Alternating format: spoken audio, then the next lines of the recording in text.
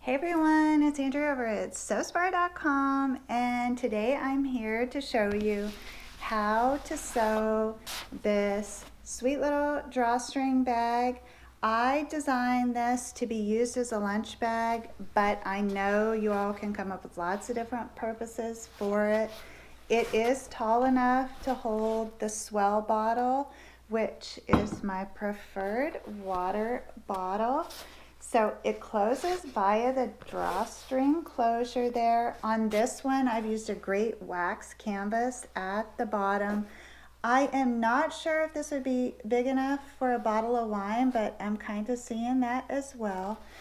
It only uses a half a yard of fabric, makes it a great scrap buster, and like I said, it comes together really quick, really easy, and I think you're going to enjoy the process. So shall we get started? So for this project, you're going to need 2 panels which measure 21 inches across by 16 inches tall. And for my exterior panel, I crafted that from 3 different prints. I selected an awesome wax canvas for the base, and then quilt weight cotton for the 2 accent panels. You'll fold that fabric in half so it is 16 inches tall and then approximately 10.5 inches across, and you're just going to stitch down that right hand side using 3/8 of an inch seam allowance, and then you're going to center that seam on the back of your project, and you're going to go ahead and press that seam open. And then once you have your seam pressed open, stitch across the base of that using the same 3/8 of an inch seam allowance. And then you're going to reach inside there and kind of flatten those corners just like we were going to make a fat corner. Only we're not going to. We're going to use this extra material to reinforce our base. So think of these like little ears, okay? You're going to bring those up, and you want those corners to meet perfectly at the top, and then using 3/8 of an inch seam allowance, just sew right across there, reinforcing with a back stitch just to attach those 2 little ears. That's what that looks like there. Then you can turn this right side out because it is the exterior. One of the things I really love about this wax canvas is the more you handle it, the more it takes on that distressed leather kind of vintage look, which I think is really fun. So now you can see your corners coming together, and I call this like a lunch bag corner because it's all nice and secure, but it definitely lends itself to that brown paper lunch bag look because it's tucked in there and you can't really figure out how they got that tucked in there. And you can reach inside and just press that down, and it takes a boxy shape all on its own. Now you want to fold that top edge over 3/4 of an inch and press that at the iron. So I have already crafted the lining from a continuous cut of cotton fabric using the same method, and that seam is pressed open. The lining will remain wrong side out, and then you'll press that top edge over. And I want to fit that inside of the exterior, and I'm going to align that back seam.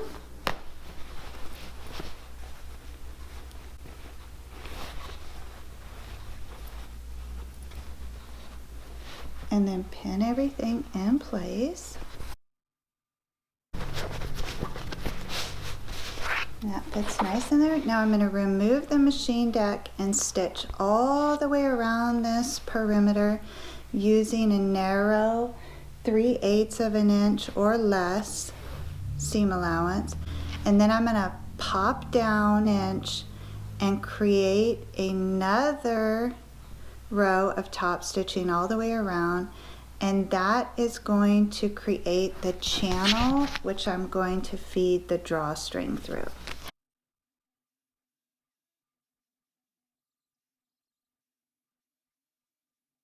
I made it all the way around. I have my nice channel there. Create yours 1 inch wide. That happened to work really nice with the markers on my machine and this piece of fabric. So okay, then what you want to do, I reinforced with a back stitch along that seam there. Then you want to take your seam ripper and very carefully remove those stitches that are in between those reinforced top stitches. Okay, so in the middle of that channel. All right, and because we press the seams open, we'll be able to work with this nice. So just leave that little opening right there. It's about a thumb's width, and we're going to craft the drawstring closure, which is made from a piece of material that's 2 inches wide by 30 inches long. Take each end and fold that over 1/2 inch, fold it in half and press. Bring the raw edges in to meet on that center press line. Press again and then fold it over one more time to create a long strap or drawstring. And then you want to stitch all the way down that open edge to create the actual drawstring. Then using a large safety pin, come down about 1/2 inch.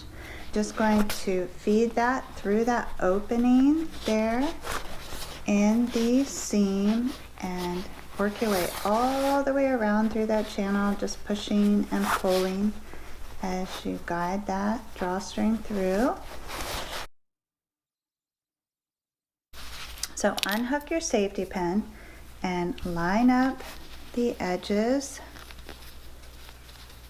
of your drawstring. I like the stitching to be on the same side, and then just knot that so that you don't have to worry about that coming apart. Plenty long enough that you'll have ample room to open and close that, and it does function really nice even with that seam open like that. And the more you use it, the better it works.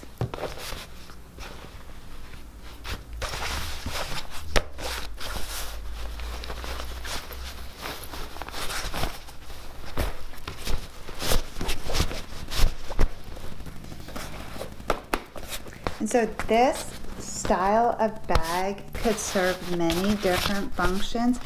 I designed mine to be used as a lunch sack, which is why I wanted that wax canvas at the bottom. I need something a little bit taller, but I don't necessarily need it insulated.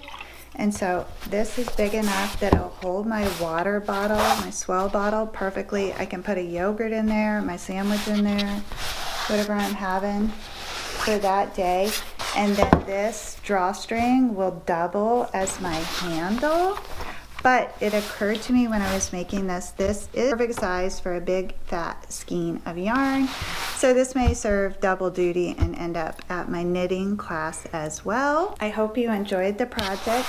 This was an easy one for you because last week I gave you a fairly complex backpack, and then we had a little cute knitting bag as well as the custom cosmetic bag. So I figure most of you are still trying to catch up, but I did want to put something out there for you this week, and I think this is super cute. You can use it for a lot of different purposes. It'd be great for the kids too, because if you have hooks on the walls, you could just create a bunch of these and they could get their toys all organized. But leave me a note in the comments what you're going to use yours for. It takes less than a half a yard of fabric, so this makes it a great scrap buster.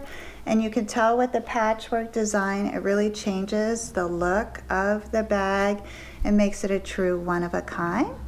So I will be back next week with another inspired project. Until then, as always, please know the creative genius in me will be celebrating the creative genius in you. I hope you all have a beautiful week.